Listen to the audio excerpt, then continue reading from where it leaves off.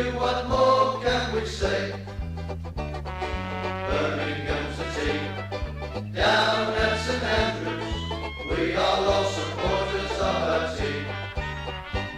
We chant of Super Blues, ringing all around, now all you blue boys know what we mean. We are the lads from the Tilton, we'll support you till the end of the day. We're so happy following the blues, we love you, what more can we say? Let's hear you in the cup, singing our song, helping and sharing the load. It's worth the point at home when we sing together, we're there at the end of the road. We are the lads from the Tilton, we'll support you till the end of the day. We're so happy following the blues, we love you, what more can we say? We have a team that's tops here at St Andrews, they gotta give us what we're longing for. It's Birmingham forever, let's hear it from the stand. So come on, sing this song. 1.5 hours, loads to get through in the show tonight, and we're joined as usual by one and only Mr. Rowe, Mark Adams. Hello everybody, you okay? Mr. Sheen with his shiny head, Paul Hickes. Good evening all. And of course Mrs. Brown. Good evening. Myself and the legend that is Ian Atkins.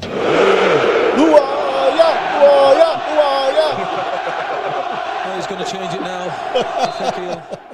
Sorry.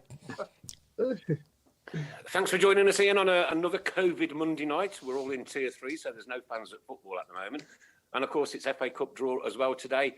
But at the top of the show, we want to send our best wishes to Raul Jimenez, who had that awful injury yesterday during the Arsenal game. Get well soon from every single Birmingham City fan. I'm sure we all sentiment that. We don't want to see any player like that get such a serious, well, not even an injury, let alone a serious, could be life-changing injury, to be honest with you. So get well soon, Raul Jimenez, from everybody at Blues. Yeah, here. Okay, another 0-0 draw, Paul. Off you go. Struggled to stay awake during that one, I must say. I have been saying it's the fine margins in previous games to last one. And we have created chances, and like Sunich at let's start with Luton away last Tuesday. Sunich goes through and puts that away. We win 2-1. Now, obviously, Everidge makes some fantastic saves, and we nick it 2-1. But against Coventry, Djukovic gets some good chances. They go in, we win that game. So, I mean, defensively, it's like night and day, isn't it? Compared to prior to Project Restart team to since Karanka's come in, it's like night and day defensively. But I almost think he's still experimenting. Obviously, he does keep changing the team, and I think he is still sort of working out what his best formations, what players are best where, and it's going to take time. He didn't really get a pre-season, so in my mind, this is almost like a little bit of although it's serious games, it is almost like a bit of a pre-season for him to still discover what's what and who's playing where. But that one on Saturday was pretty. Probably the worst one so far, wasn't it? Really to watch. Oh God, yeah. But I know. The positive is we didn't lose. The negative is, I wish you would take a few more gambles. You got Hogan sat on the bench and McGree. 20 minutes to go, 0-0. There's nothing going on. Let's take a gamble, take a risk, bring a couple of attacking players on and try and win it. Yeah. But he seemed, it was awful. To keep his card close to his chest. How many of us were channel hopping during the second half? I know I was. No. Crikey, I was looking for Homes Under the Hammer.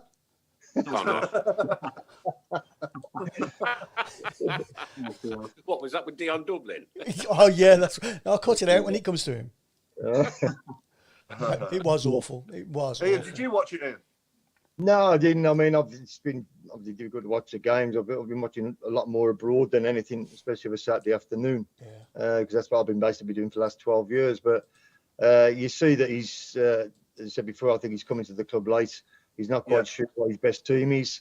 He's brought some of his own players in as well, and you probably do look at it and think, well, why has he brought him in? We already had maybe left back with a Pedersen who likes to go forward, attacks a lot, seen a lot of him at Union Berlin. And I'm still not quite sure what he actually wants and what's his best system.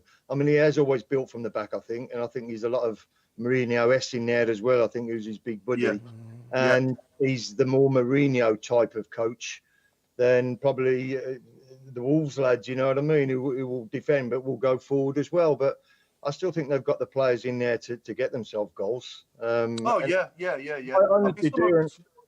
Some of our fans, I've seen her calling for him to go, and I'm far from that. There's no way. That could potentially be another disaster if he went now. It's far too early, isn't it? Yeah. I think in a bit more time. I do think though, setting up at home with 3 centre halves and 2 defensive midfielders in front of them is a little bit like, you probably only need 1 defensive midfielder and then play a more attack-minded midfielder rather than Sunic and San Jose, one or the other for me. I think I think in that system, the 3, I don't think there's nothing wrong with the 3, providing your fullbacks have got the licence to go and basically play like the wide men. As long as you've got the one sitting, and to be fair, I've seen a lot of Sunic when he was at from Dinamo Zagreb, and he was on loan at Lokomotiv Zagreb, and then obviously he was captain of the under-21s, and I think he'll come again. I think he's got the potential to come again. He's strong, but possibly if he played the 2 strikers, I mean, you got Jukovic who loves that ball on the diagonal, the right to left, which he always gets in that position, like he did against Coventry and hit the bar. And Hogan basically has got to go so close to him, and I still think the 2 play together. But they've got to have the service as well. And to be quite honest, if you've got a big lad there who wants to head it, so put the ball in the box, and someone who wants to get the pieces. And the more the more opportunity that score. Yeah, he started them together at Luton, and then he left all the other attacking players on the bench. So they were kind of like they were just feeding off scraps, really, weren't they? The pair of them. I think sometimes what happens if you in today's modern game is that you can become a clever coach as well, and it's all right what you want, but it's about what players you've got, and you play the strength of the players. And to me, you've got a big lad in there who wants the ball in the box. So if you get in the last third, let's hit him on the diagonal, no problem, because that's the ball he likes. And you've got Hogan, the poacher, and he does get in between 6 yards and gets in between the goals. Hogan, there's no thing. He ain't a channel runner. He couldn't do that at the Villa, and that's why Brucey bought him to run the channel. But he never did that at Brentford, or where he was before. But you've got goals in you there. So to me, if you've got goals in you, keep putting as many balls in the box as you come. Yeah, we all like the pure football, which is great. But at the end of the day, if you've got an asset and you've got 2 assets who can score, give them the service. Yeah. I mean, it is a result, but it's a results business at the end of the day, isn't it? And we are there to win the games, and it doesn't matter how you win. And I've said that all along. All this entertaining football. I mean, in my life going, we've played good football at times, but we've never gone a whole season really, have we? Playing like Real Madrid. Do you know what I mean? No. We've always been a team. I think people can become clever coaches sometimes, and probably the reputation they've got, where they come from abroad, and we entertain with this. But you play to the strength of the players that you've got. Absolutely. And if you do that, then you've got more chance of winning games, and give people the service. As I said before, away from home, they set up away from home by the sounds of it to get results. I mean, Saturday was a 0-0. It was well on the cards because, to be fair, Gary sets his teams up quite tight and quite deep, and they're competitive, and they don't give much away. They never did at Birmingham. So, I mean, a 0-0 wasn't a shock for me on Saturday, but I think Blues have still got that firepower in them when Karanka decides what his best lineup is, and he may have to go to a flat back 4 in the end. But you know what I mean? They've got the players to do it then either as well. You've got they're capable. The thing as well, Ian, there seems to be a lot of people have picked up on the fact he hasn't really touched the subs bench.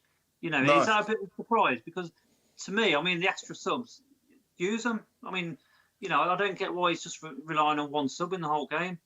I mean, it's each individual choice with managers. You know what I mean? Everybody has these. Probably as a set manager, you've probably got in your mind if a game's not going your way, you've always got a plan B, or then you better have a plan C. And sometimes your players, some of them will probably have a good 60 minutes. Then the last period of the game, they may fade, where suddenly they've got nothing more mentally to offer and brain-wise to offer, and they always know who's going to come on and off. But I mean, that's the individual manager and coach to basically set his stall out and get his plan together, like a plan B, plan C. If the thing is going well, okay, you might put another defender on, but if it's not going so well, let's go be a bit more adventurous and put someone else on and cause the opposition a bit more of a different problem. Yeah. Before I forget, sorry, Mark, before I forget, I just want to mention as well about the tragic passing of Papa Boubadia. Yes. So sad and so tragic at the age of 42 years old yesterday, wasn't it? Yeah. Yeah. He only had a couple of games, but I do remember his goal against Palace in front of Tilton. So yeah, it's a shame. Yeah. Bless him. Yeah. Well, it is out. We have drawn Manchester City in the FA Cup, so that's an easy tie. We'll get through that one. I'm looking forward to that. We should get a big crowd for that. We're surprised if we don't. What are you going to do, Mark? Go and photocopy all the cardboard cutouts and put another load in? You might have to. There's a marketing ploy there. I got to say, I do like the cardboard cutout with the hands in his face like that. That's quality. That is quality. Yeah. That's brilliant. All out, fantastic. That is. Yeah. Okay. Yeah, Man City. But don't forget, like you were talking about Mourinho a few minutes ago. The first thing he did was shore up that defence. Yeah. And we're doing exactly the same now. When you look at them saves that Etheridge has been pulling off, man. What a signing! World class. Yeah. He's player of the season for me. Oh yeah, 100% so far. Yeah. Definitely. He's Did you find as well? I just said we said about Etheridge. You talk about it being very strong defensively, but again, Etheridge just pulled him out the mire so many times, and that's to say, I still don't think he's got his back three settled yet, or a back four. No. I mean, he saved us a load of points already, any Average. I'm trying to think how many points he saved us. Yeah. I mean, one sticks in my mind at Preston when we were 2-1 up with a few minutes to go, weren't we? And he pulls off a worldie there, tipping it over the bar. Yeah, I'm surprised we got him, to be honest. I mean, well, you could play in the Premier League. I mean, it's early days, but you can just tell he's just quality. Mark. Yep. Hey. Don't let the secret start, mate. Oh, sorry. There's still some work to do with him. Hey, some reactions coming in from the Manchester City Aaron Gellers in regards to the Man City game. I think all 10 outfielders should just stand in front of goal and just tell Etheridge what's happening. And from Jason Hughes, I don't know about Man City. I think they might need G up front. Yeah, I think that's what it is, yeah. What you're finding is that these lot out here they're a crazy bunch, mate. Honestly, proper crazy. They don't take the club lightly with Man City. They've won it a few times, haven't they, in recent years? Yeah. Oh, I think we stand a really good chance. I really do. Yeah, we do. I do lie as well. Yeah. Tottenham shore up the defence and are good on the counter. We don't do enough to stretch defences, says Ray. We were good a year or so ago, Chris, weren't we? We were good on the break, and we've kind of gone off that a little bit now. Yeah. Oh, it's a different game. It's a different game.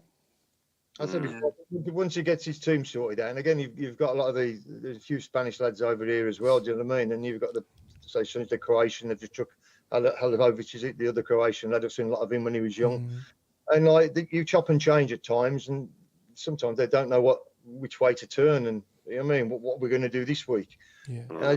I think once he gets it settled and he knows what his best team is, providing he knows what his best team is, and then stick to it, then you can see them starting to get results in the near future. Yeah, I mean, over the last few games, we've had social media with people saying he's useless, and he's got a good record. How can he be useless if he's took Middlesbrough up?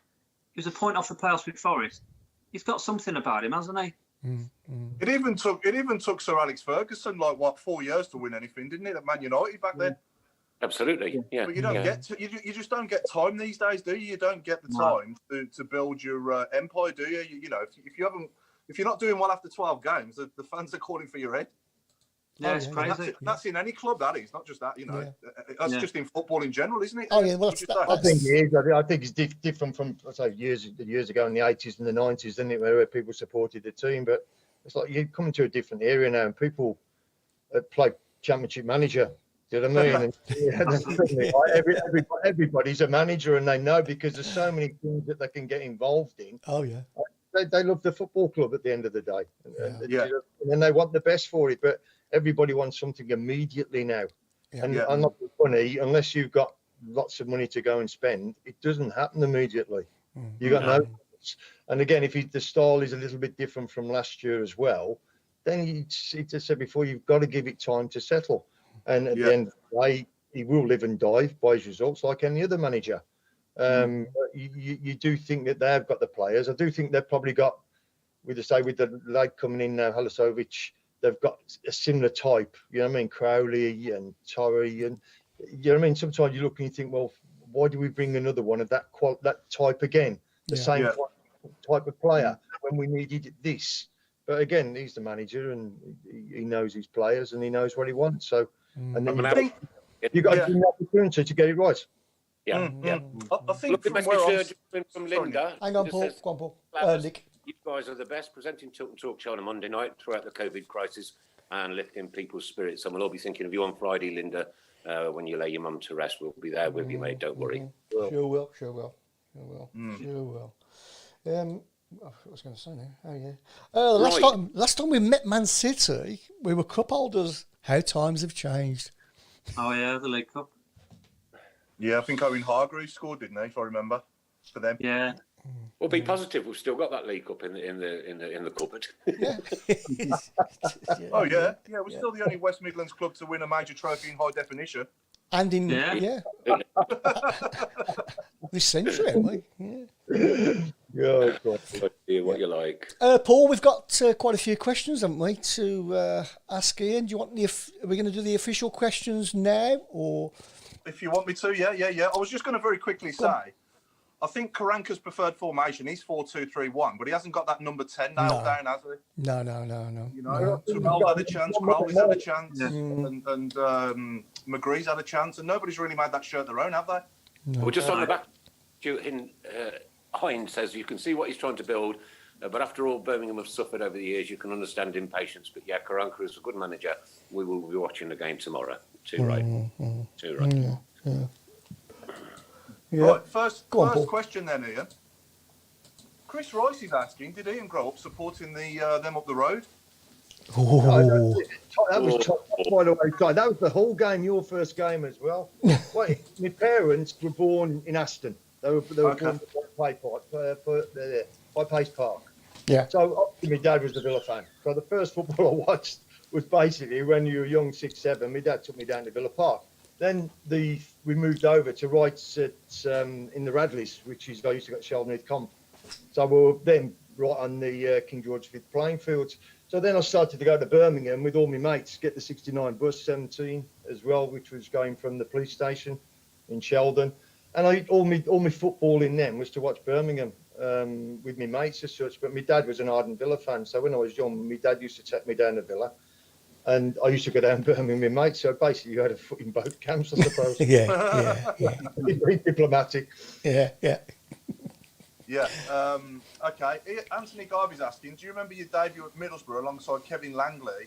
And didn't Andy Kennedy go in goal as Roger Hansbury went off injured? Yeah, it was. I think I come on the Thursday from Ipswich on loan, and I scored. To be fair, we drew 1-1 and scored. And I think Kevin Langley had signed the same week as myself. Hansbury got injured, and Andy Kennedy went in and he really saved the ball. We drew 1-1, or we were 1-0 up till right near the end. And the ball hit him on the head, hit him on the nose, hit him anywhere apart from his hands. But we conceded right at the very end, if I remember right. Yeah, we drew 1-1. Yeah. Okay. And Anthony Garvey again, he said it was at Mansfield when we lost 5-2. And obviously frustrations were high, and the fans, I think, were giving you a bit of stick, weren't they? And it's massive. I mean, I said before, I think sometimes supporters don't understand that players have got emotions as well. And when I joined Birmingham, and obviously Gary Pendy was the manager and Ken Weldon, you saw the promised land, and then within 6 months, I mean, Steve Whitney was one of the better players. He got sold off. Steve Wigley, he got sold off. And we were heading down into the third division then, wasn't it? From the second to the third division. I was very frustrated, and I shouldn't have reacted in the manner I did. We got beat 5-2 at Mansfield.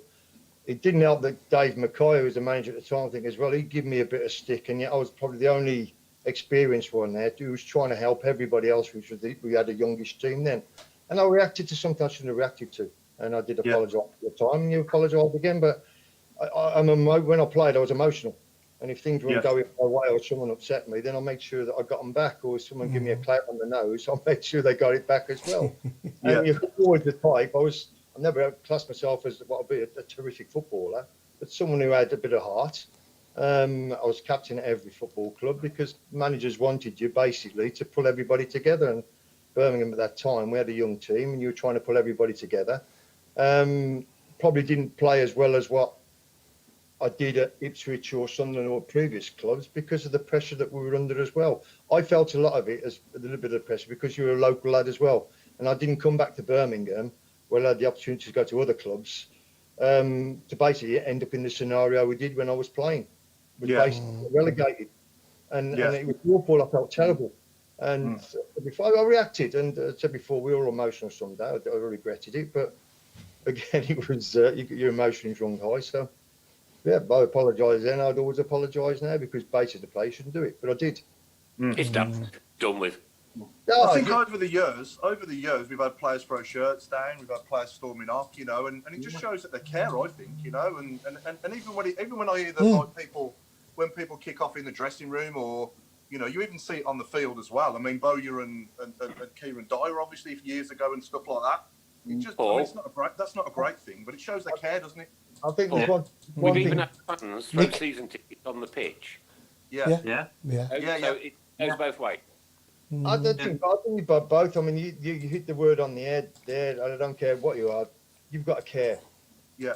And if you care, you've got emotions about you as well, and you care. But then you see other people around you that maybe you're playing with who don't care, and then you react sometimes in a manner that you shouldn't, and you react to the wrong kind of. I mean, I reacted to the supporters in the end, and shouldn't do it. It's as simple as that. But at the time, the period of time I was playing at the club, it wasn't a great period.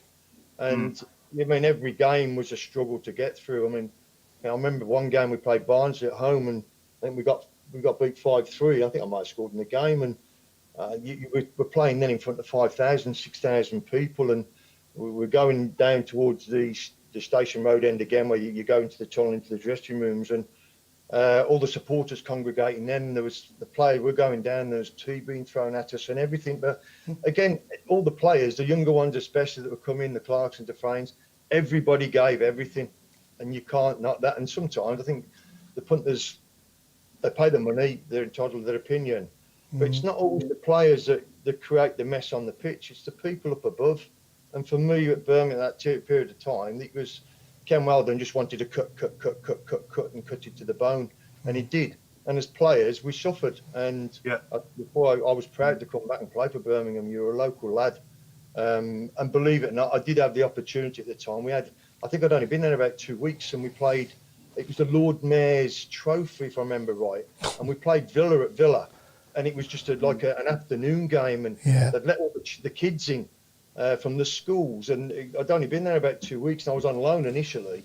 Graham Taylor was the manager of Villa, and Dennis Booth, who was one of his assistants, had pulled me after the game and wanted me to, would you come to Villa, not sign for Birmingham? I said, no, I'll give my word, I'm staying where I am. And that is a true story, by the way. So you could have ended up going there and playing for Villa, but I didn't. I stayed at Birmingham. And people say, well, you're stupid, you should have. But I said, no, once I've given my word, you're honest. And I did. It was just a horrible period to be playing at the football club under the circumstances it was. I was proud to come back as assistant manager with Terry Cooper and play, and we got promoted. And I felt I gave something back then.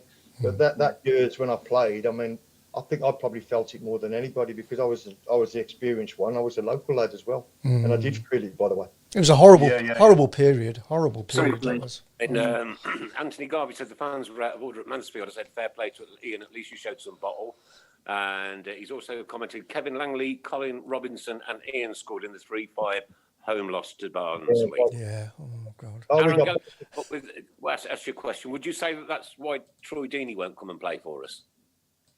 Good question, may well be. I don't know. No, he should want to play for the club. He's a Birmingham lad. He's a Birmingham supporter. As he said, he wouldn't play for the club. I don't know. I would have thought that would have been. But you know, I think it's probably probably the 80 grand a week might not. Yeah, I think that's got something to do with it. Yeah. You would have thought he would have come. Okay, Birmingham lad, he did the Chelmsford Wood area. He's always said he wanted to play for the club. Well, here's your opportunity. Come and play. If they say it, well, come and do it. It's like saying, well, yeah, I'm a supporter. You say, no, I want to play. Well, here's your opportunity. You're not playing at Watford. If the opportunity arose and they put the money up for him, even on loan, come back and play. Try. You know what I mean? Help the club out. Give it. You know what I mean? And that might be the key to something and unlocking something that could push the club further up. So we're short of a Troy Deeney. Yeah, he'd be perfect. Yeah. Yeah, we definitely need another striker. That's for sure. We want somebody who knock him in for fun, really. That's what you know what? As well, I always said before. I mean, it was a horrible period when I joined, but then as it moved on a year, we started to have a lot of Birmingham people who cared for the club. Mm-hmm. And at the moment, there's that many, and Troy would be one that could probably pull them all together. But Birmingham at heart, he'd have the supporters behind him as well, and he could be a leader and he could drive them through it. The second year I was out, when the kids started to come through, the Clarksons, the Frains, the Piers, the Sturridges, the Tates, suddenly give a bit of heart back into the club.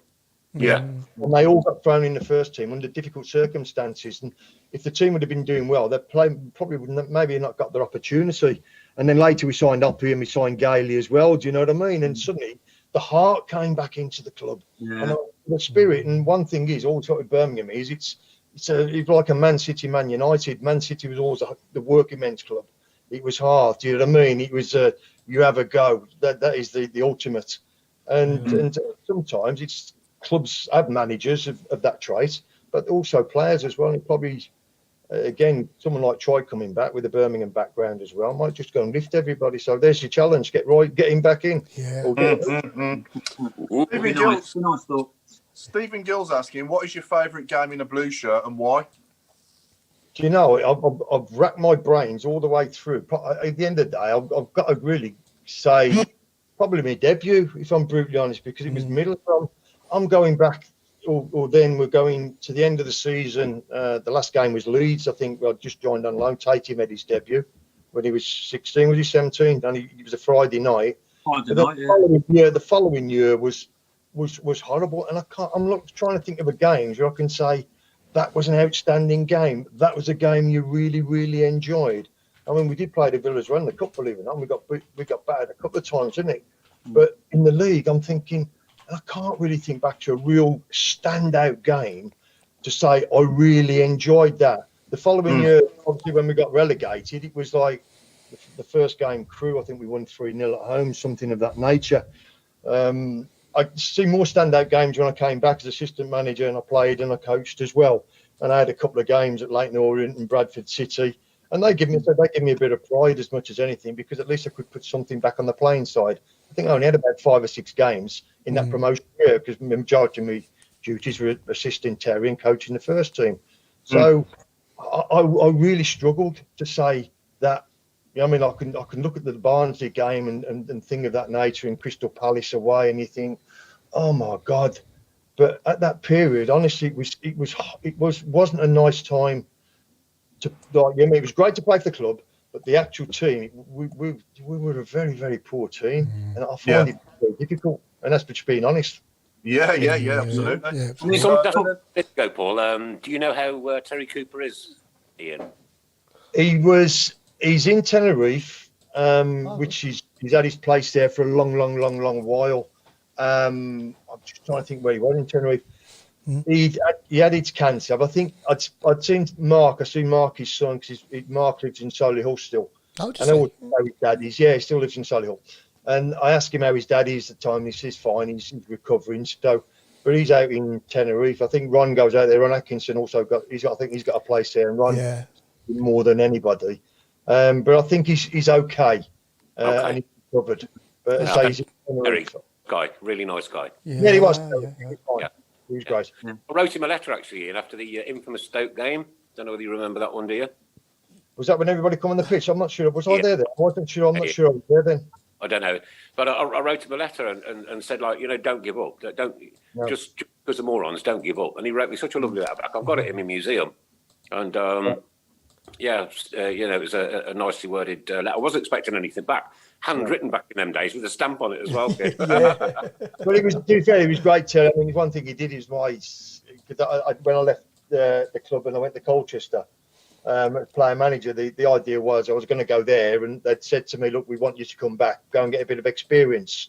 And when I came back as assistant, he wasn't quite sure whether Terry was going to come from Exeter or not. He was like, they were trying to prize him away. And I think for the first 3 weeks, we'd gone over to Ireland, and I'd set up all the pre-season for him when I came back.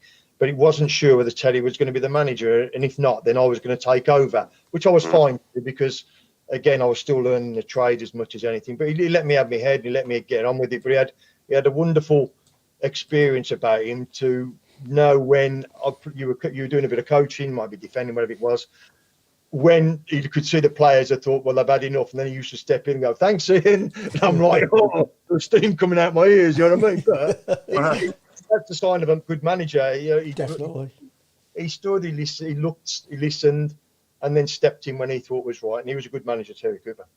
Yeah. Last of the official questions, Nick, sorry.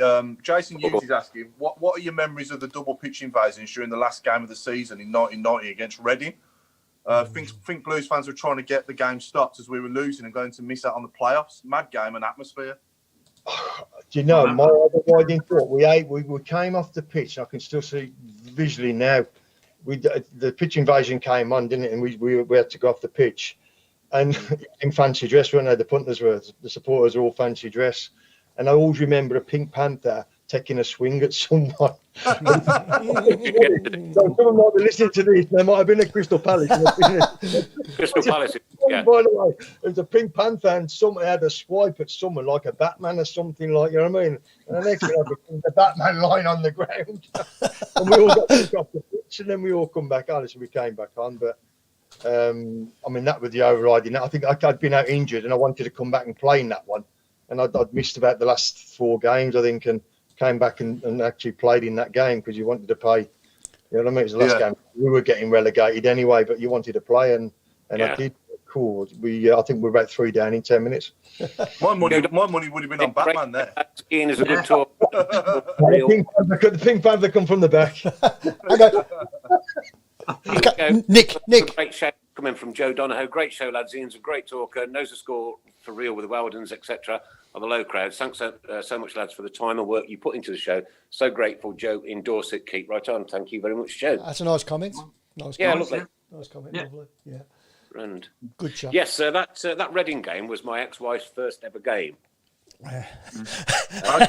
What's the significance? Significant. I remember horses came up.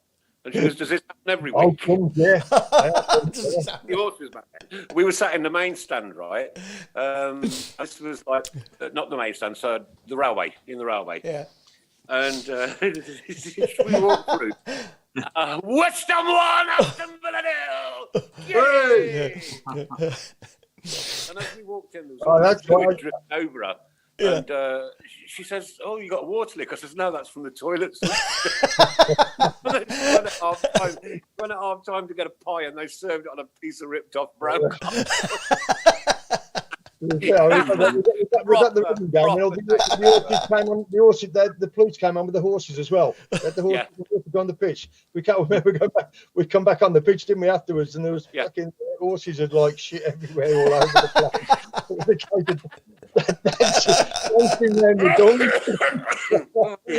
Oh God, them were the days.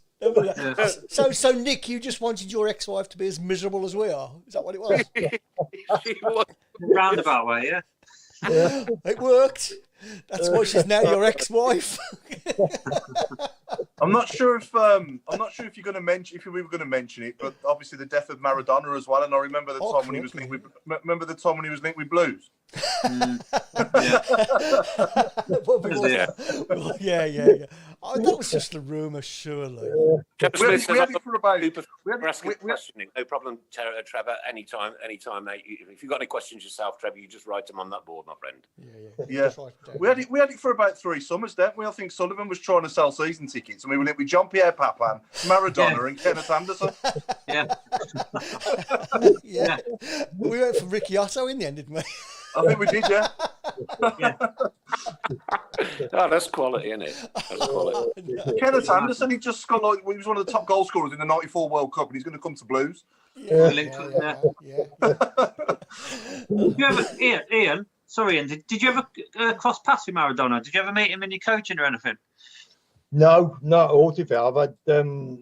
I mean, in the last 12, 13 years, I wanted to do something different with the coaching. So, I'd like for Sunderland, then Everton, and the Villa asked me back to do the European as well, and then Wolves. I've had like 12, 13 years abroad. So basically, going into South America and all around Europe, like looking at players. But I've never come across Maradona on the journey, like, you know what I mean. So, but he was some player. I was going to say, do you think he's the best of all time, do you think? Or would you still say that mantle would go to Pelé? To be fair, I was lucky enough to see Pelé play, believe it or not. I was going, wasn't so much the World Cup. Again, it was going back to my dad and his roots of the Villa. And I think it was Santos. It was the miners' strike. Remember, many years ago. Would that be 70s or late 60s? With the late and Santos played at Villa Park in the miners' strike, and there was 3 floodlights on. It was a generator, and my dad had took me down, and Pelé was playing for Santos. So that was my only real shot of Pelé, to be fair, playing for Santos. I think Sullivan tried to sign him afterwards. They tried to sign everybody there as well. It never come off. Everybody, they all tried it. I think Daddy needed a few more players. He didn't have enough. Do you remember when we were linked with Vinnie Jones as well, and he said he couldn't trap a bus, and he said it's probably because it parked in his mouth. Brilliant. Brenda's written in. She said that her and Jeremy are both watching. Come on, Blues! 1-0. And then she's asking Ian, what do you do for work now? I did the last 12 years, 13 years. I've been traveling around Europe and South America, just doing recruitment. Head of recruitment for the stuff and that. So initially it was, I got the coaching that I really enjoyed and the managerial side, but I got fed up of being like that, what I call in the lower leagues, like your one-trick pony, where I said before, you've got your players, you get them up, you set them out the store, you get the best out of them. But if you try to be clever with them, you're going to get relegated, or you do something the daft. And I'd done that too much. I want to do something different. So I got the opportunity at Sunderland, to be fair, to set up a whole European network for them about 13 years ago when they just got promoted to the Premier League, when Roy Keane was manager. So I set it all up. Then I moved to Everton, and I've been at Wolves the last 18 months. And then about 2 months ago, again, Europe, you can't get out there. You can't get to any games. And I just decided, well, rather than just sit and watch a video or 3 or 4 videos a day, which they'd like you to do, that I'd do something different. And at the moment, I've just been, my son's got a company called Peak Performance, and it's just all samba and its flexibility, movements. And I've been helping him through the summer, to be fair, and we've done very well. I've had a lot of Birmingham lads, to be fair, who've come out of the academy, the Callum, the Sullivans and the Rico Browns and Fogarty's lad. And we've had half a dozen of them, and put our sessions on flexibility and mobility, things that people don't do now. And it's all born out of a lad called Roger Spry, who lives in Tamworth, but has worked with Mourinho, Ronaldo, Messi, and he lives in Tamworth. But there's only Ron Atkinson who's ever given the opportunity here when he was manager of Villa and Sheffield Wednesday. So it's just all about movement and using your body and how to use your body. So I've been basically helping my son over the last 3 or 4 months do that. So I said before, in terms of games, you can't get to any games at the moment anyway. Sonny Clay's asking, how does Ian rate Birmingham City fans in relation to other team support? How much difference does the support make to players given the current circumstances? It's vital, honestly, especially when things aren't quite going so well. And again, it's an emotional game, and players get emotional as well now. I'm not sure they can take the stick like we used to years ago. And you used to take the stick and you used to use it as banter. Do you know what I mean? And people could take a bit of to and fro in, but it's not so much now. And I think it's a world where now the players need the support. And it's going to be ironic, I think, when the lockdown finishes and the punters go back into the grounds and suddenly players have got to perform again in front of spectators. Yeah. And at the moment, they're getting a bit of an easy ride, and they've got to use their own motivation to get themselves going. So it's going to be interesting, like when the players come back. As a club, someone who has said to me, now you're going to play for Sunderland, Everton, Birmingham, Ipswich. You'd be delighted.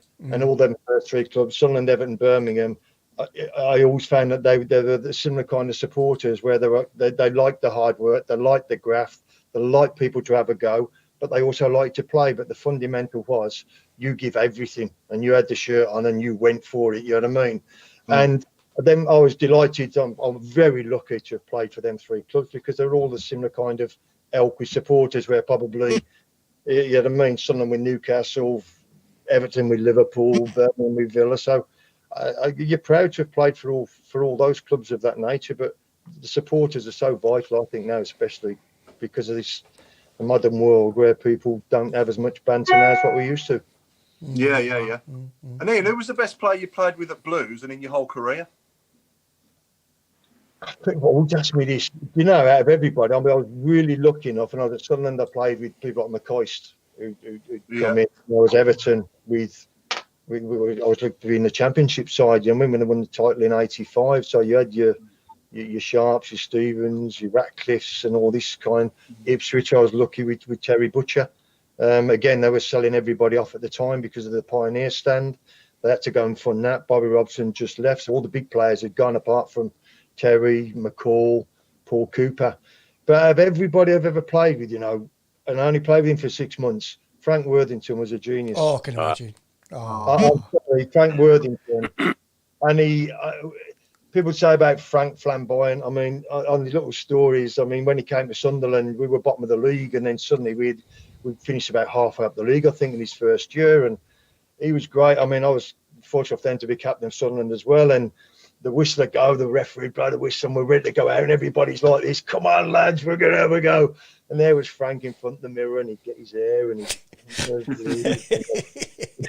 hadn't got his shorts on, and he'd go over, and we'd have to be waiting for him. We're like, we were dying to get out. I'm like, shorts on and everything. And he was a genius, man. Definitely. Again, he used to come to Sunderland, and I used to go on the pitch with him at Roker, in 2 afternoons a week with him.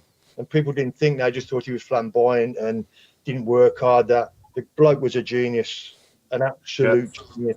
And out of everybody, he keeps coming back to me because of his ability and his skill. And also, I got on really well with him, and he looked after me as well. So Frank was as good as anybody for me. And what about at Blues? Who would you say at Blues was the best player you played with? I think potentially Tatey was one who, because I said before, it was a difficult period. I mean, the year that we got relegated as such, I mean, everybody had gone and the young kids had the head. It wasn't a good period. It wasn't a good team. And we weren't blessed with a lot of terrific individuals. It was as simple as that. But then Tatey, I think that I joined in deadline day on loan or just before.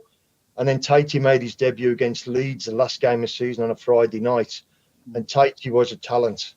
And then I was unlucky enough to play in the same game when he did his cruciate. And I think I was like 4 inches away. And it was one of those games, one of the 6 games I played. I said, I'll tell the story. When I came back as the assistant manager in Tatey, and Bill Colwell, who since passed away as well, he was like there with Terry, and he was instrumental in bringing me back. Palladini then, Gianni was always hanging about when he, you know what I mean, the agent, and he was Rabanelli's agent and that. And whether it was Palladini or not, but there was talk that AC Milan wanted him. Right. Wow. Oh, yeah, it's a true story. And it was all in the back. And I always remember Palladini saying to all, go on, we've got a deal lined up. What do you want? And I think it was Colwell or Terry went, well, we take 750. And Palladini gave it, no, you've got to go $1 million first, because if you go under $1 million, they'll think he's rubbish. And AC Milan then were batting on the door. Then he had his injury, and unfortunately had his injury. But he probably never recovered from that, by the way. But he could have been some talent, Tatey, like what I mean. He was unlucky with injury, wasn't he? He missed out on Wembley, didn't he, 91? He was unlucky a little bit with injury, but also then I think with the recovery as well. At the time, it was a long recovery, and frustration got hold of Tatey in the end, and he didn't probably get where he should have. And I said cruciates at that time weren't. Right now, everybody can go to sports science, and they can go through and have this operation and that, come back very quickly. But then it was a bad injury that finished a lot of players. It doesn't happen now. Some interesting comments coming in. John Smith just wanted to say to Ian, supported the Blues during those hard times in the 80s. Ian's driving force in difficult times. You always gave 100%. Linda wants to tell me that I've got to get the first round in when we finally get back to bar 8. Yeah, okay. That's the most important thing. And Sally, bring the fig rolls with you when we get back. Oh, they're disgusting. Brenda's asking, can you ask Ian who was the best manager you played under and who was your best friend at Blues? Manager, but we've really got to look. Alan Durbin was very good for me. I was a young kid at Shrewsbury when Alan took over from Maurice Evans, who's since passed away as well. And it was Alan that took me to Sunderland. But really, Howard Kendall, Bobby Ferguson, who came to Birmingham as assistant manager with Dave McCoy, he had a hell of a brain. He was way ahead of his time. But I can't really go above Howard Kendall because of what he achieved. And Howard was just so laid back, is what he did. You know what I mean? He always knew his best team. And I joined Everton from Sunderland, but I'd been out 3 months and I'd only been training one day. But it was going to be difficult to dislodge Ratcliffe and Mountfield anyway at the time. So I was lucky to get the games I did in.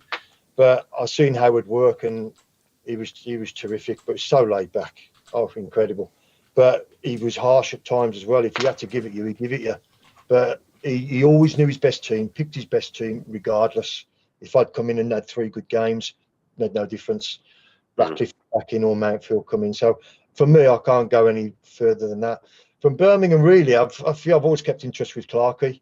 And to be fair, when I was manager in Northampton, you came back for your Birmingham influence. When I came, obviously Clarkey came, Franey came, Dean Peer, Gailey, who I took in as well. And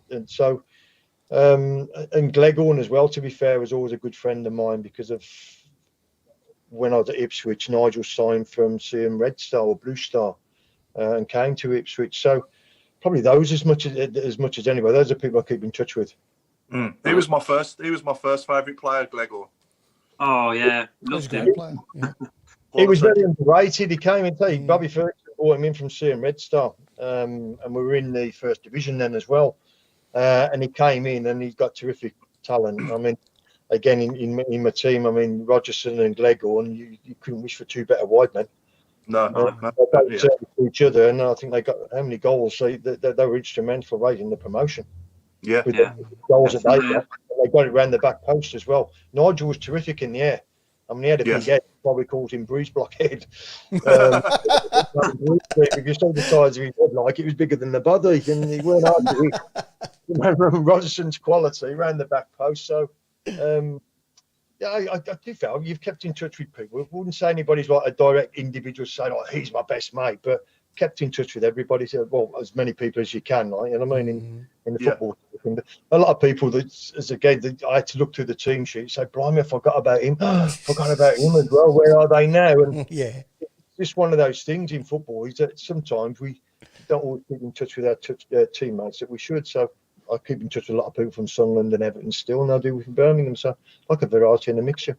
Yeah. Have you got any? Sorry, I was going to say sorry. And have you got any mementos from your days at Blues? Any souvenirs or anything like that? Any shirts or anything?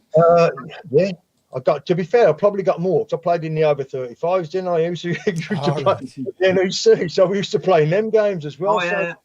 I've got shirts of things of that nature. The one thing probably my biggest disappointment, and I got the real umpire, to be fair, was when we got promoted, and I felt as though you were part of something and give it back. And then we went to Wigan and got beat on the Tuesday, I think. Then we got beat by Stockport on the Saturday, and I wouldn't speak for a week because I'd got the ump with everybody, the players. I got the ump with Terry as well, to be fair, because we got promoted, but you want to go and win the title. Yeah. What year was that, T? You want to win that medal, don't you? Of course, Who remembers the champions? What year was that? That would be 91, 92, wasn't it? 91, 92. When 91, 92, yeah. Was that a night game up at Wigan when it was absolutely hacking it down? Yeah, I think it was. We got beat. Yeah, we went doing the Congo, sliding down in all the mud. I think I was at that game as well. Yeah. So I know I was good on that too. That would have been probably the most memorable thing you would have had from your Birmingham days. You had the promotion, but when you get that far, you wanted to win the medal. It's simple. Yeah. Well, I've got a badge in my museum, Ian, which says Birmingham City Division 3 champions in that year, right? Yeah. And I've got an official badge, which we won the league and we never did. Yeah, that's right. Yeah. It's only us Tilton beforehand. You know what I mean? We got a live question coming in from Mick Greaves, and he's asking who was the toughest player you ever played against? But you think of them days, there was like now the big people like your Mick Arthur, it's just not about no more. There's no tough guys now. No one wants to play like that. In that period when I played, I mean, every week you had someone like Gary Birtles, who was a big lad who wanted to do it. Big Mick was as a hard opponent as anybody, because when that ball came in the box, I said, people put the ball in the box. You had to head it, but when you headed it, you always knew you got a belt as well off Mick. In terms of physicality, Mick was a better player as well that people give him credit for. They give him this exterior of like he was tough and he was hard, but he could play as well, by the way. And I remember playing against Mick when he made his debut for Lincoln against Shrewsbury, and he came on as substitute. And Lincoln had another massive striker who used to play for West Brom called Percy Freeman.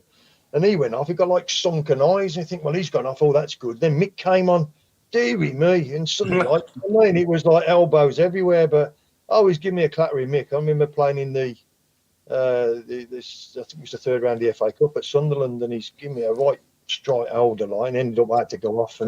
But yeah, that was part and parcel of the game. Do you know what I mean? He was tough.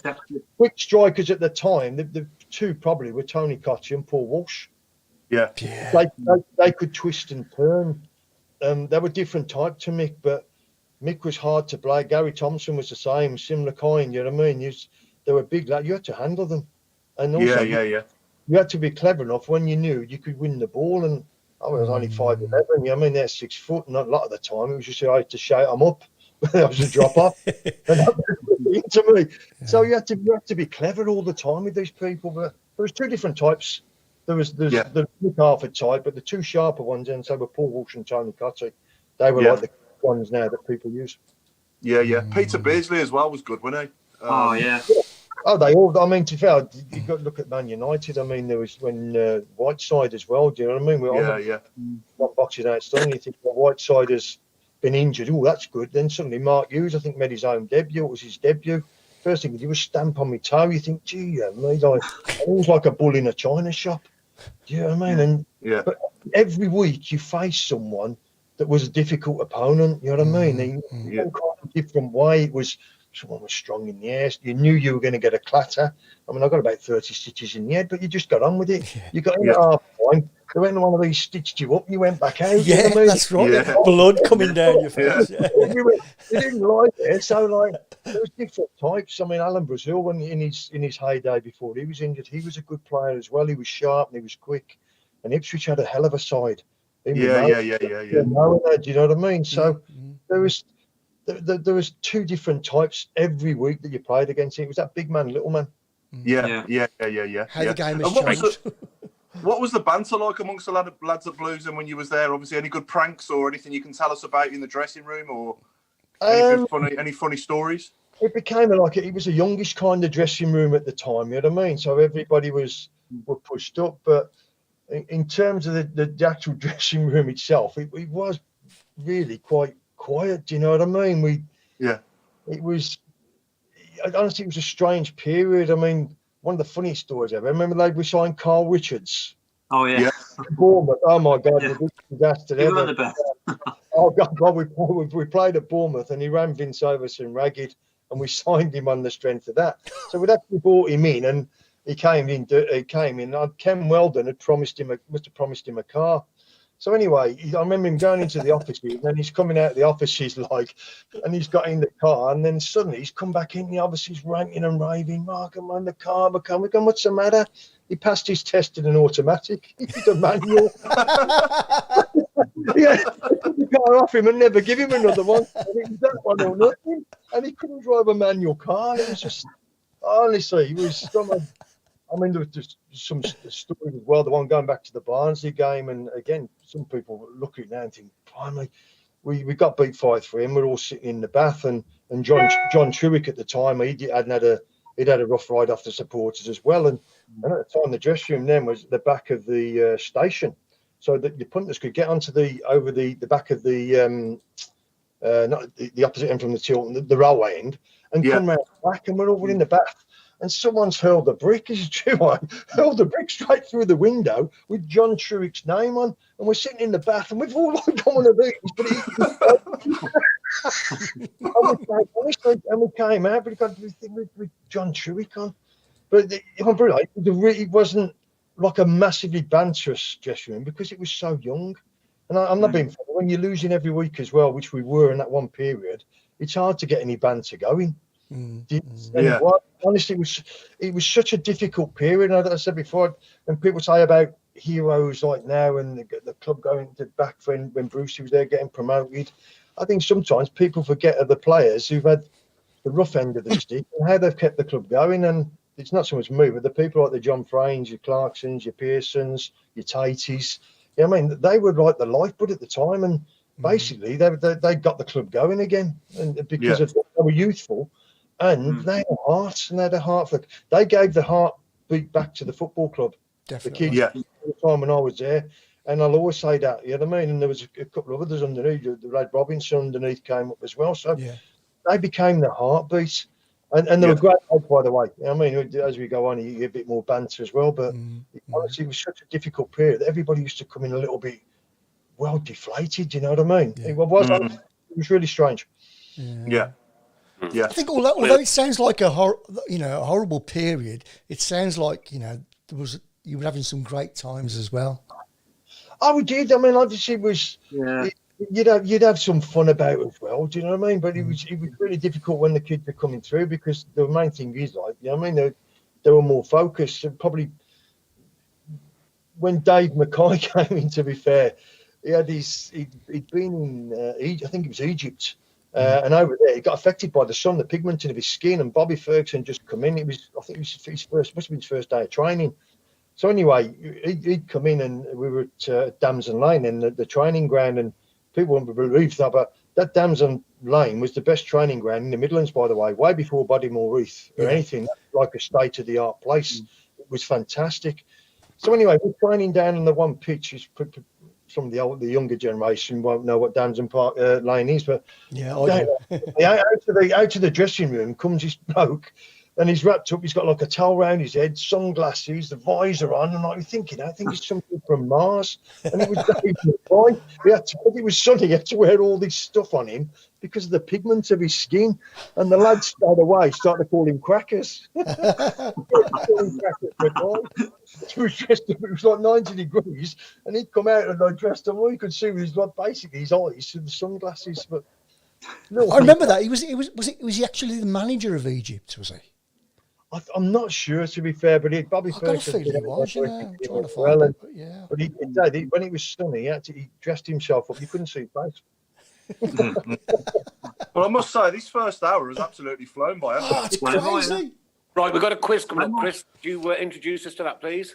Oh, yeah. So what's happening now is we've got a bit of a who going on. So you'll hear the who, right? Okay. And then you'll hear a voice after, probably about 25 seconds. We want you to tell us who it is. So quiet from the presenters, please. Thank you.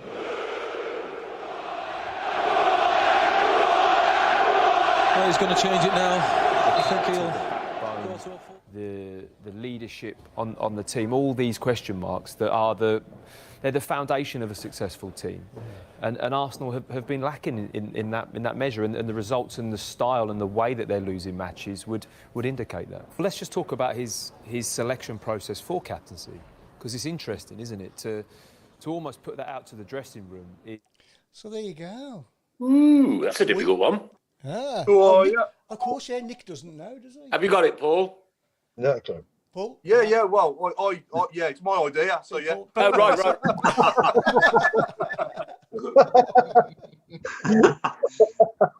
Can't beat inside knowledge. Pete Taylor said Jamie Redknapp. That's not correct. I'll give obviously this person has got Blues links. I thought this would be really easy. So yeah, I thought that people would get this straight away. Yeah. But he's got. Is it Sue Lawley from Jason Hughes? Sue Lawley. Also, I've got a little picture that's going to flash up on the screen. You four won't be able to see this, but I just want people to have a look at this picture. Remember it, because I'm going to ask questions about it later. There you go. I'll put it on again. So there we go. So there's a picture coming. Alan Pardew from Trevor Smith. Has he got Blues links? Yeah. No. Has he? No. Yeah. We nearly signed him as a manager once. Well, I'm still laughing at Sue Lawley. Oh, that's a great picture, isn't it? Yeah. I put that together earlier. Yeah, it's all right. Oh, my life. Yeah. Wow. So he's got Blues links. Should we give him one more listen? Okay, Chris? then I'll play it now. Should we give him 10 seconds this time instead of 25? What do you reckon? Oh, go on now. Here we go. The character, the backbone, the leadership on the team, all these question marks that are they're the foundation of a successful someone's team. got it anyway.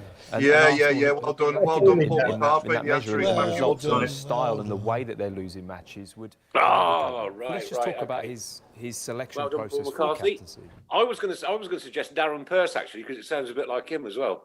Yeah. Does a little bit, yeah. So that went on longer than I expected. Anyway. Yeah, we've got a really hard one for next week, haven't we, Paul? Okay, can you flash your picture again, Chris, for about 20 seconds? Okay, then. There we go. So there's a lot of information on that picture. So have a look at what. Yeah, I've got a couple of questions that I'm going to put on the group later. So a little competition and might throw in a few goodies for people. There we go. So Ian, did you know that? Did you know that was Matthew Upson? I was going to say, believe it or not, I didn't know whether to put in or not. The Upson gave it away to me. I thought Upson because of the Arsenal connection. Yeah. That funny the voice. Oh, that's Upson. He's talking about Arsenal as well, Birmingham Arsenal. So I did. In my mind, that's Matthew Upson. Yeah, some player, wasn't he? Oh, great. Yeah. What a player. Him and Kenny. Yeah, that was a great combo. Yeah. Great combo. Yeah. Good stuff. Okay, so assigned football up for grabs. Yes. And how many tickets have we sold for it at the moment, Mrs. Brown? I'm not sure. I think Craig will let us know later. But he has sent me a text. He says, we're not going to let this signed football go until we've filled 2 cards up, right? Okay. I haven't got the footballs to hand at the moment, but there is pictures of them on the Tilton Talk page. Now, it's £2 a go. Yep. Or £5 for 3 goes. And as soon as the cards are filled, I'm sure Chris will do one of his 2-minute live ski scenes where he pulls a name out of a hat. All right? So with a microphone this time. We are insistent that we fill those cards up and make some good money for the Birmingham VHST, for PTSD, for the Paul Devlin's charity and Jeff Horsfield's charity. Have I missed one? Did you say Birmingham Children's Hospital? Children's Hospital as well. Yeah, thank you. Yeah. So we're good. Okay, so the talk show sponsored by Boyle Sports, principal sponsor of Birmingham City Football Club, also in conjunction with SAS Autos and the Garrison Coffee Company and our good friends at Borsley Labour Club. Now, we're also going out tomorrow night on Switch Radio. Don't forget that. So it's Switch Radio. This show goes out recorded. Chris will do his edits overnight, and we'll go out on Switch. Switch they just get the best bits. We've got a lovely guest. A lovely guest next week, Chris. We have. It's our good friend all the way from Miami. Yes. Is that our actor friend? Actor. We all wear ties next week, don't we? That'd be a good one. It'd be nice to catch up with him and see what they've been doing over in America recently. Yeah, it's a lovely man. Okay. Nick, can I quickly just say that if you go onto our group page, you'll see the donate link for that for the balls thing. Yeah, perfect. The lucky. And do you want anybody to send you a photograph of that payment once it's been made? I think Craig's sorting that out. So Craig's sorting that out. Okay, cool. I'm just the monkey this week. All good. What else have we got for this week, Mrs. Brown? Anything? No, we're going to do we're going to have the winner for that one next week. Yeah. And then hopefully, either the week after, we're going to do the draw for the, well, not the draw, but the auction for the shirt. The shirt. Liam Dacey's shirt. That's going to be live, is it? That's going to be live, yeah. And you can see it. You'll be able to see it in a bit, hopefully. There we go. Oh, there we go. It's round there somewhere. And mega thanks to Richard Whitehouse for supplying these 2 balls. Thank you very much indeed. We wanted to do this a long time ago, but obviously we haven't been able to. But they've been in my very safe possession since, and they're still here waiting now to be won. So please, half time, Cam 0, Boreham Wood 2. That's interesting, isn't it? So please have a go and see if you can win yourself a signed Blues ball prior to Christmas. Very nice. So Ian, who was your football idol growing up, mate?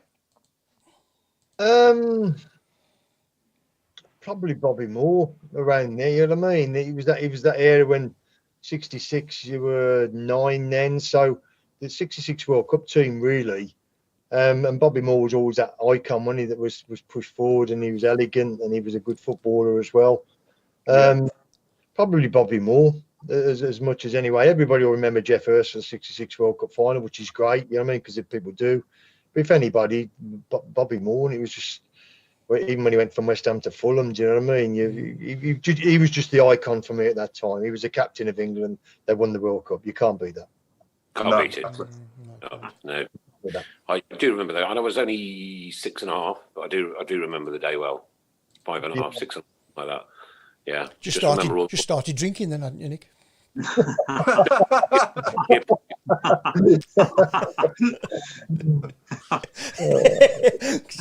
Little faggot.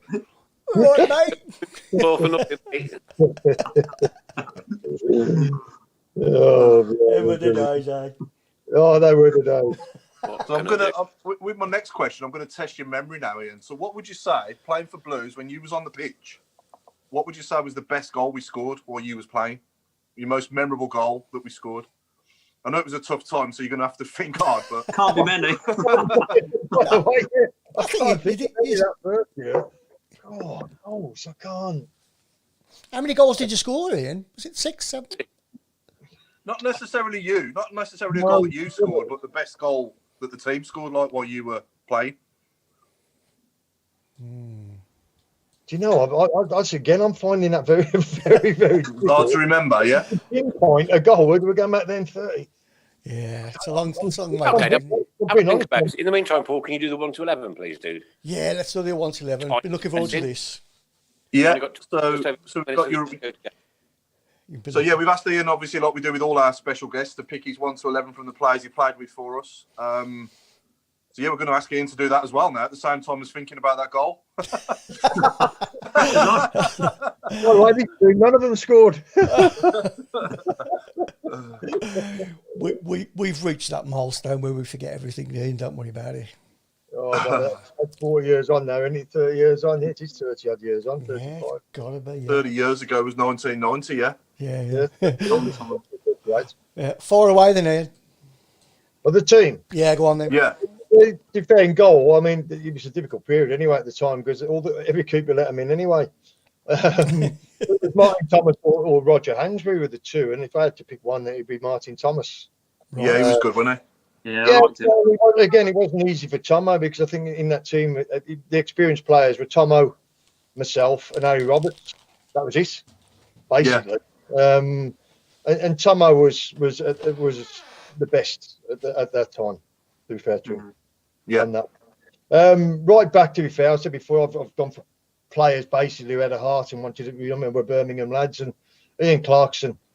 To me, I mean, Kevin Ashley played a few games as well before he had his big move to Wolves. But Kevin was a good player, but to me, didn't have the heart of Ian Clarkson. Clarky had a big heart, and he was a winner. And he could play a little bit as well, Ian. And he had that nasty streak. Always called him Muttley. So he always had like to moan. So the Clarky at right back, left back, I'd take Frayne. Again, he was another one of the youngsters who were coming through.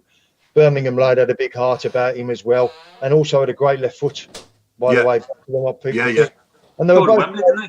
Yeah, well, he did. And obviously I took him to Northampton as well, Franey, like, you know what I mean, when Barry Fry probably didn't treat him particularly well. And I was lucky enough to get him out, and he got the winner in the 93rd minute at Wembley against Swansea in the playoffs. So yeah, I take Frank. Both fullbacks basically supported the wide man rather than be really adventurous, although if any of them, Franey was the more adventurous. Centre halves, really, it was a difficult one as well, because when we got relegated, it was people like Vince Overson and that. And Vince was okay. He could head the ball and everything, but he was very stiff. But I'd go back to when I came back the second as assistant manager and played with Paul Marden, who we took from Bristol City. I mean, Marge had a lot of pace. He went down to Liverpool as well for a week. And by all accounts, did quite well. Terry had a good relationship with Graham Souness, let him go down there for a week. And I don't know why that deal never came off, because Graham was making good noises about him.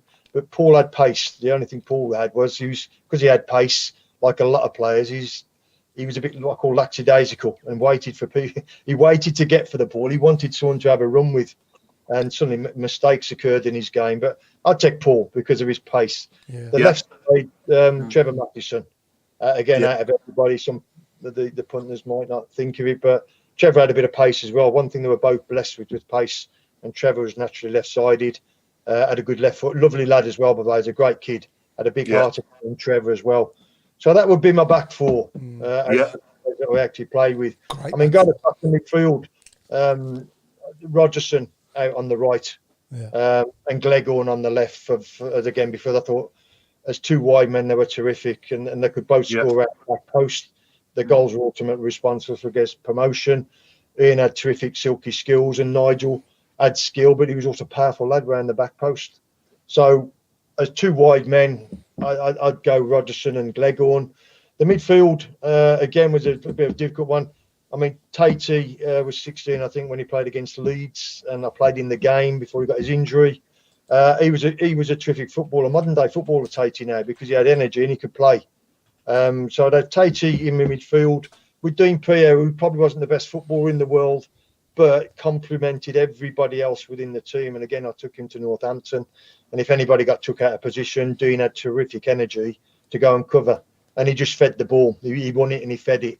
And he would feed it to people like Tatey, who had terrific ability. So midfield there, Big Lego on the left, Rogerson on the right, Pierre holding. Tate could go and go where he wanted because he was a terrific footballer. The two strikers are such a good. I mean, going back, a lot of supporters, unless they're from our era, might not remember Steve Whitten. Steve, terrific ability, by the way, and he had a terrific shot on him. Again, probably came to the club when we weren't doing as well as what everybody wanted.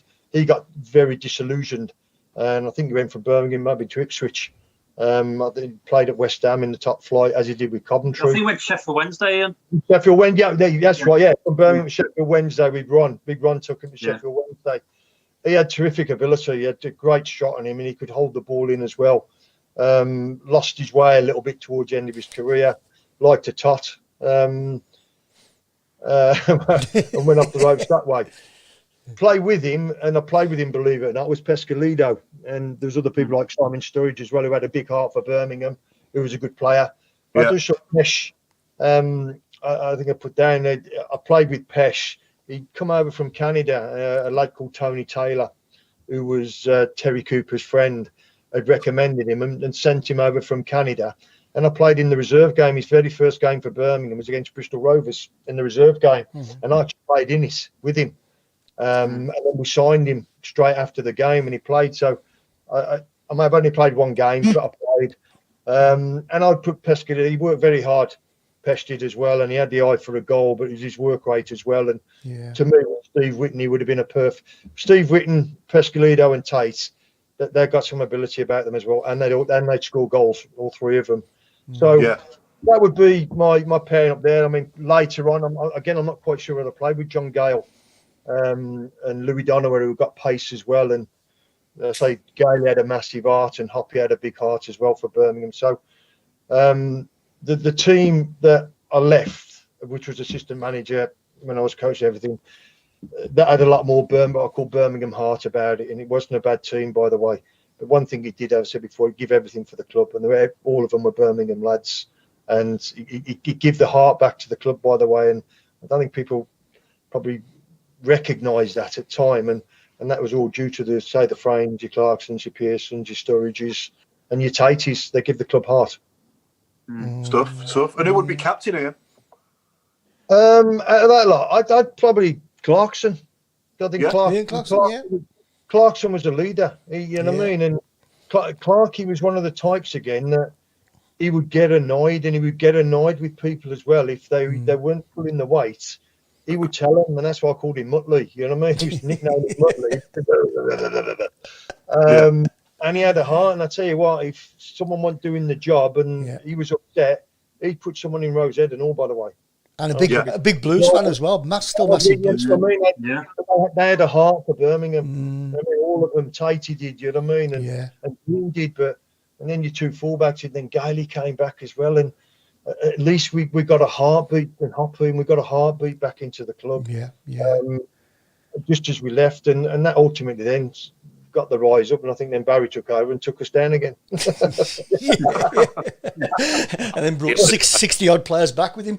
He brought 60 odd players, Ricky O's debut, by the way, was that against Cambridge, and he scored 2. Was it an own? Was it? On his debut, His own goal, and he scored, and got an own goal as well. I remember Ricky. So that's basically the team you picked there was what I think is as good at that period of time. But the big thing was it might have lacked a little bit of ability. We had a heart, and they got that heart got the club going again. I don't care what people say. No, you're right. Yeah. Stuff. Okay, it's we're actually into the last 15 minutes of the show. Oh, dear. That means good mad. Here we go. What we do is a bit of word association between football and anything else that I can think of. And during the course of this show, I've thought of a fruit and vegetable shop, and football. You go. You got 15 minutes. Okay, you must have one in mind, Nick, to start us off with. I did. I can't remember it. Useless. Got yourself a presenter. Yeah, I'm struggling. Potato and love. Whoa, there we go. Potato and love. That's top of my head. Apparently, you're a doppelganger for Sean Connery. I'm talking to you, Ian, not Paul. Sean Connery and Selwyn Froggy. Yeah, probably Selwyn Froggy more. This is the first time I've had a growth of this nature, by the way. I thought it supported prostate cancer as well for the month to watch it. So, and also, I thought I might shave it off tomorrow because people are looking over it. We've got Robbie Cabbage coming from Pete Taylor and Aubergine Martins, which is the best one so far. Aubergine Martins, yeah, I love it. Robbie Cabbage is quite good, though. That's quite good. Yeah. What about Adam Banana instead of Lalana? Yeah, that's a good one. Yeah. We've got Steve Marrow coming, Mickey Mellon. What about Spud Brocken? Yeah, good one. Spud Brocken, good one. Very well, not your best, Mark. But... So Ian, still no idea on this goal, mate. Steve Whitten must have scored good. I've got a book here. I'll keep going through the book. Go through YouTube. Get on Wikipedia, quick. He's Googling who he played for now. Yeah. The thing is, he keeps from up Birmingham Mill. I can remember my goal. I'm trying to think of a Rogerson Gleghorn one, to be fair. That would have been as good. I mean, that's because they were the predominant ones in the second period when I came back at the club, to be fair, but that was always round the back post. So I've got a controversial one just come in from myself. Here we go, David Celery.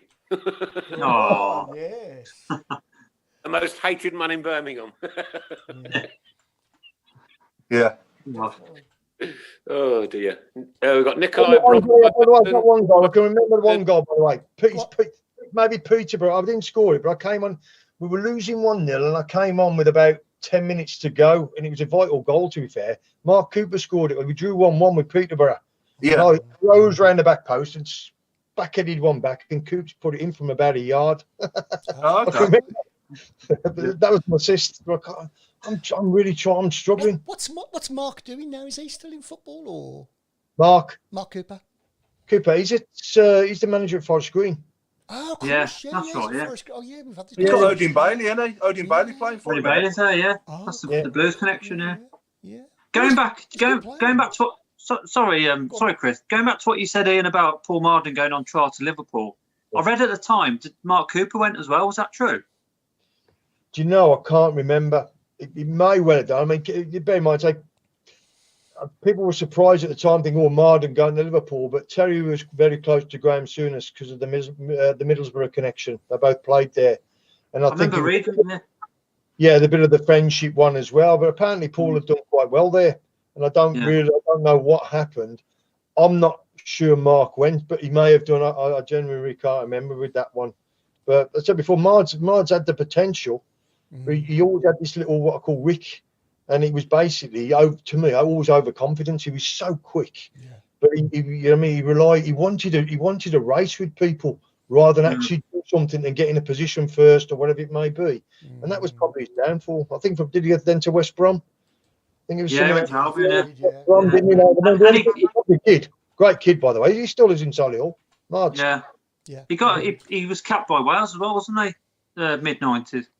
I didn't realise. Is he fair? And came on against Germany, I think it was. Oh, right. Yeah. I didn't know. Lovely kid. Lovely, great kid. Smashing kid. But come from Bristol, obviously. But he That's did a good one.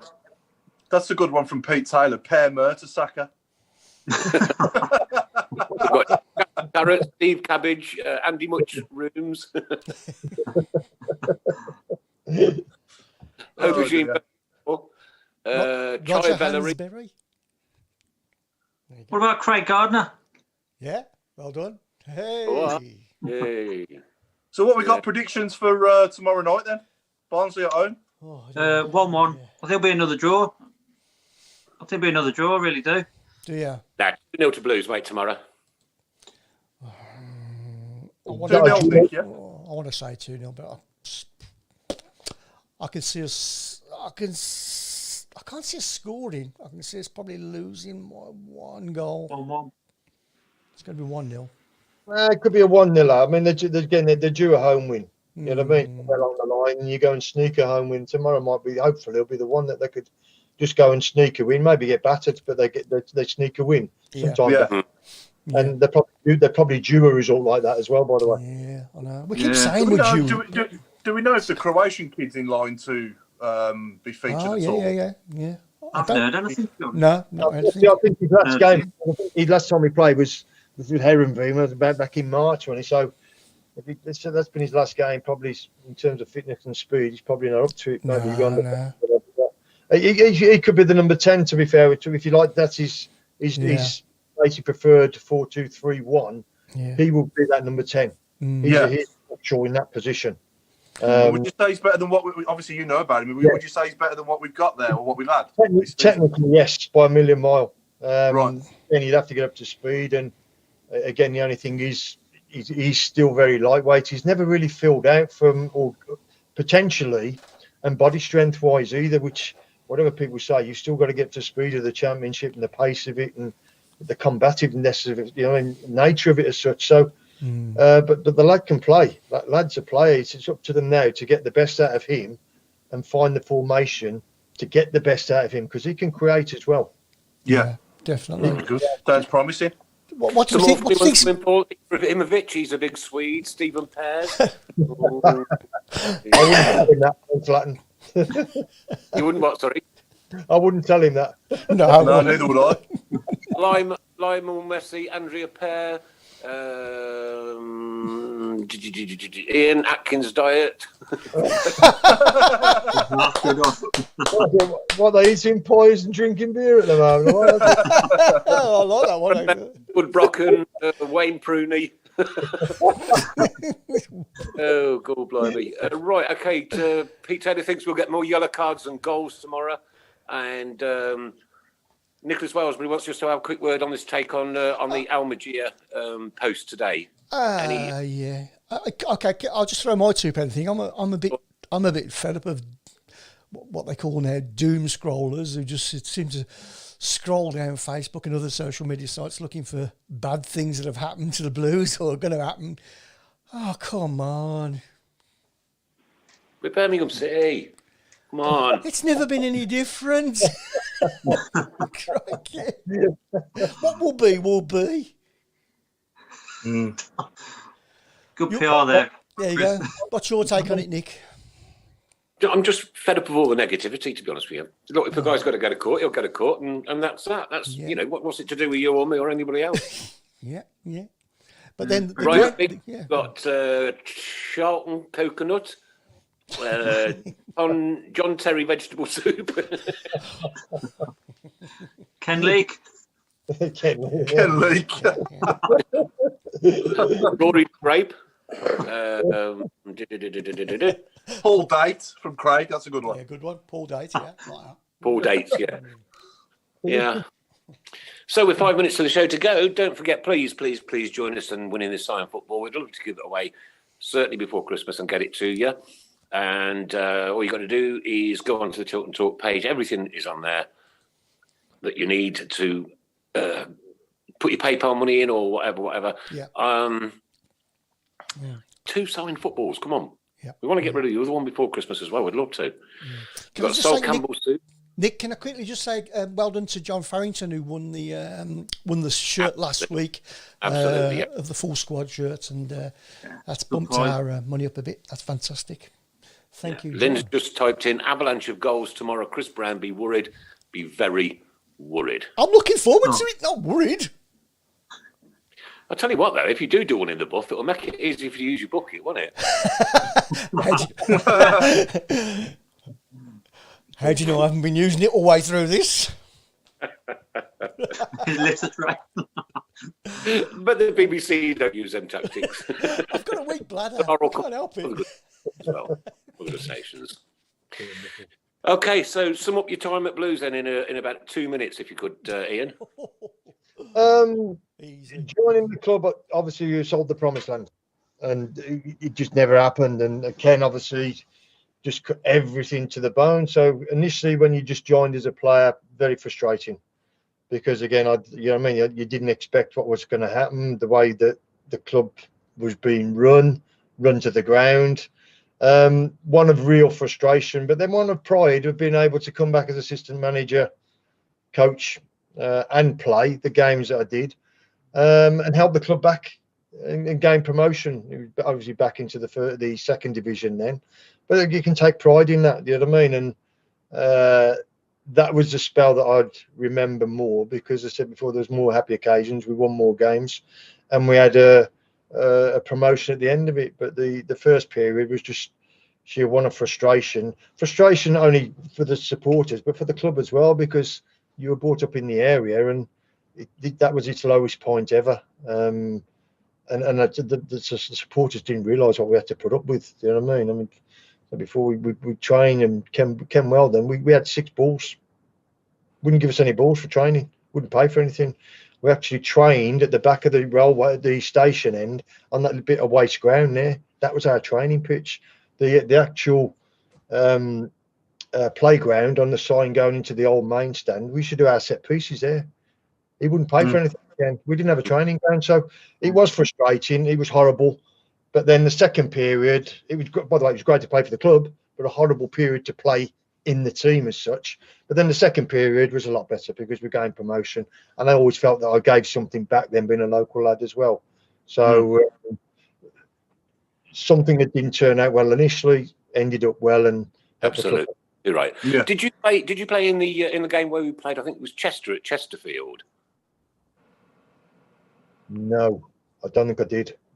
It was about that era. So all I remember, we turned up, me and my mate, we were literally first there, directed into a field. This big country burly copper says, "Oh, there's about 400 of you coming to the house. I've just passed 6,000 on the motorway. Look, you better get some way." So on the Birmingham, climbing over the top of the roof and dropping down to get into the stadium. Never seen anything like it. It's absolutely mad. Yeah, to be fair, the promotion year, I mean, the away support was fantastic whenever we go, but at least you gave a bit of pride back into the club. And I had a company car after that Wigan. Well, at that Wigan game, it was a white Mondeo, right? And we'd been sliding down that grass bank, and we were just covered in from head to toe. Like anything like that. Mad. And then we all started to conga around the pitch. That's Birmingham fans for you. That's what we do. Yeah. Got great sense of humour. Yeah. Great sense of humour. Have you been much recently, Ian? Since you stopped playing for us, obviously a long time ago. Have you been much in recent years as a fan or anything? Yeah, I used to go to games whenever I can, and obviously people like John White have got a box down there as well, so I could always, you know what I mean. So whenever I go in there, they've always been brilliant. I mean, there's one thing you probably are a little bit disappointed in, and you always had someone you knew there. It'd be Julius Shelton, who's now gone to Solihull, a Richard Beale or something, Colin Tatum. But if you look at it now, the Birmingham people have gone out of that football club. Yeah, that would alarm me. Mm-hmm. That would alarm, you know what I mean? Because they had a heart for the club, and now no one really knows what direction they want to take it, who's doing what, who's going. But there was always that Birmingham, I call the heartbeat in the club, and that's no longer there. That would concern. Yeah, it's a bit of a worry. Yeah. 9 o'clock. What can I say? This has been an absolute corker tonight. We never know what to expect on these shows, Ian. But it's just been absolutely. I'm laughing at Jason Hughes, Maradona. Coffee Company. Maradona. Thank you very much, Ian Atkins. Thank you very much indeed for giving time upon a Monday night through these difficult times. Because tell you what, it don't half cheer these people up out here. You see all these wonderful comments coming through all night long. It's just, well, it's a family, isn't it? Family. Well, what I do is as well, I've moved house. I've got my stuff in storage, and when I get my stuff out of storage, I'm certain I've got a lot of Birmingham memorabilia from the era when I played. Superb. So I'll get into it tonight. You can have it and again you raffle it off. Yeah, speak to Craig. Is that okay? So hopefully I'll be moving in about 3 weeks. So is Carl Richards in a box? His car is. His car's like quite the ground. Why do I Oh dear, man. Right then, guys. For a great night. It was a pedal that did it as well. He thought he apparently passed his test with his right foot, but this was a left foot pedal. I think we could go on all night, but we have to cut at 9 o'clock, unfortunately, due to Chris having to edit it and one thing and another and get it ready for radio tomorrow night on Switch Radio. What time, Chris? Is it 9 o'clock? I think it's on at 10 o'clock tomorrow night. 10. Is his mic gone again? Yeah. 10 o'clock. 10 o'clock. Yeah. 10 o'clock's gone again, 10 o'clock. 10 o'clock. Okay, ever so much for being with us. This has been the Tilton Talk Show. # it's what Mondays are for. Thank you to Paul Hipkiss. Good night, all. Pleasure as always. Mark Ward, Mark Ward, is it? Mark Adams, ladies and gents. Mark Adams. Good night, everyone. Have a safe week. And from Mrs. Brown. Good night. His microphone's gone again. Yeah. Let's take care. Keep right on. And from Ian Atkins. Good night. Thank you so very much, sir. Take Pleasure. care. Enjoyed it. Thank you. Thanks for your time, mate. Pleasure. We are the lads from the Tilton. We'll support you till the end of the day.